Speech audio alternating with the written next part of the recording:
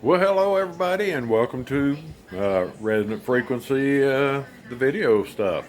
My name is Richard, KB5JBV, and I figured it's about time to get you all a video out. It's been some time since we've actually done one, so I figure we'll make a short one.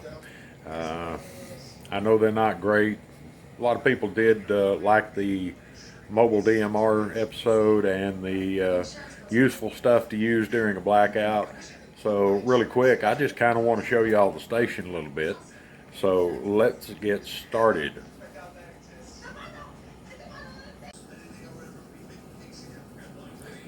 Okay, so as most of you know, after having years and years of actually living in houses and that kind of stuff, the wife and I are now living in a one-bedroom apartment out in Terrell, Texas. But I wanted to show y'all some of the stuff that's going on around here. I've talked more than once on Resonant Frequency, the amateur radio podcast, and Richard's Radio Adventures about, sometimes you got to improvise in amateur radio. So here's my station, such as it is. You see assorted battery chargers up top, and there's a TYT radio there. Over here, there's a Bofang. Let's see. We got ICOM 91 AD, or 91, yeah, AD. It's been a long time since I looked at the front of it. And an old Bofang that I bought years ago to do a review on over at Resonant Frequency. But we have our assorted battery chargers up. There's also an Anytone 878, but it's in the other room. What we want to focus on today is here. As you can see, I have my dual bander sitting here scanning. That would be an ICOM 2730. It's been a good little radio. I've only had it about a year, but I really do like it. Down beneath that, we have our Astron power supply kicking away. Hotspot.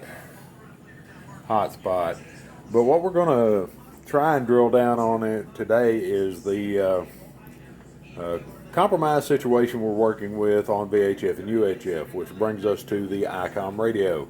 I have it set up so it'll scan every repeater pair and every simplex frequency we use in this area on VHF and UHF. So it sits here and runs when I have time to have it plugged in. Currently there's nobody talking on DMR, it doesn't appear. But the antenna cable runs out of the back through the rat's nest. And unfortunately, we have had to run it along the wall and over the top of a door and down through all the cable wires and that kind of stuff to get us to the back door, where it runs through the bottom down there. Let's see if we can get some light on it. Where it runs through the bottom down there and then outside onto the porch. So let's go take a look at the other side.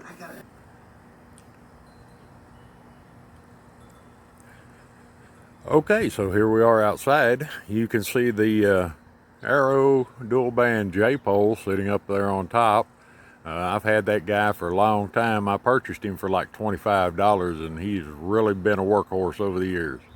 And it's attached to some Army surplus fiberglass pole sections. They're about 4 feet long.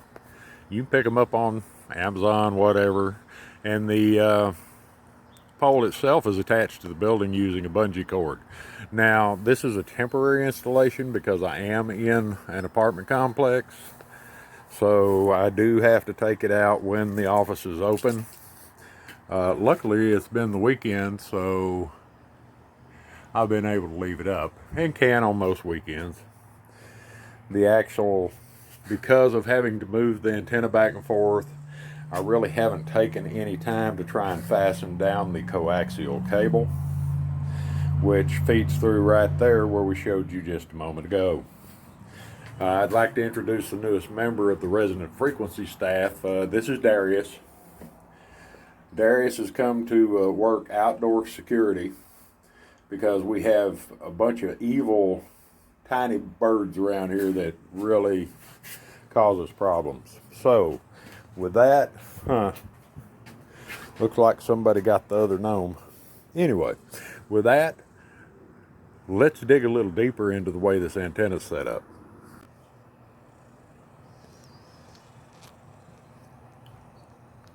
Okay, so now we have the antenna down. We're taking a look at it. There's one section, two sections, and three sections of the fiberglass poles. Now, this section here is one I've used a lot over the years, and these military surplus poles, they're made out of fiberglass. So what you end up with is once they get a little sun damaged and that kind of stuff, the fiberglass starts to spread out. The night I decided to try and start this project, I forgot to put gloves on and ended up with fiberglass and that kind of stuff. The normal hazard. Upside is they're strong and they're lightweight. And in the case of this particular antenna setup, it only takes me about a minute to put it together. From where it is right now to all the way up. Now, I didn't take the bungee cord down because I'm going to put it back up as soon as we finish this video. But I wanted y'all to take a look at this. So, first of all, we have the Arrow dual band J-pole. I believe these are still in production. And you can get them at your favorite amateur radio dealer that deals with Arrow. In fact, I'm sure they're pretty generic. These are the tent posts, and like I said, I bought them from a guy locally. I believe you can get them on eBay or Amazon, and quite honestly, they're really handy, because if you've ever dealt with or used PVC pipe to construct stuff, these put together just the same way. They are jointed, so once you got them together, they're together. So now we're going to take a minute and we're going to put this thing back up, and then we'll see where we go from there.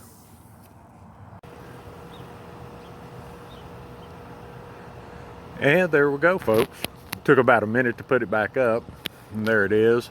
One of the things I'd like to say is, because this is a apartment I live in at this time, actually a senior retirement apartment, the management is not friendly where antennas are concerned. So during office hours I have to take it down. If it turns into inclement weather, I'll put it back up. But also, as you can see, it's not really designed for a major amount of wind and that kind of stuff. So in high wind, we probably need to take it down as well. I've seen similar installations, and this is for the new guys. I've seen similar installations at ham radio in a park, or amateur radio in a park, whatever you may call it in your area, which is like a mini field day. These will work. This will work as a field day setup. We're 12 feet in the air right there. And in my case, I have a minivan. So if I wanted to, I could keep some extra sections in the minivan and have them for deployment somewhere else. So there you go. Quick, easy to set up. For those of you who might be wondering, I attached the coax to the wall with push pins, clear push pins, so that they leave a small hole and they're easily removed or moved to another location. You know, some apartment complexes, someday we may move out of here, and some apartment complexes are kind of crazy about that kind of stuff. So that's it for this time, guys. Easy to use apartment antenna, get it in the air, can use it on deployment, and that's what we're using here at Resonant Frequency, the Amateur Radio Podcast. So until next time, 7-3.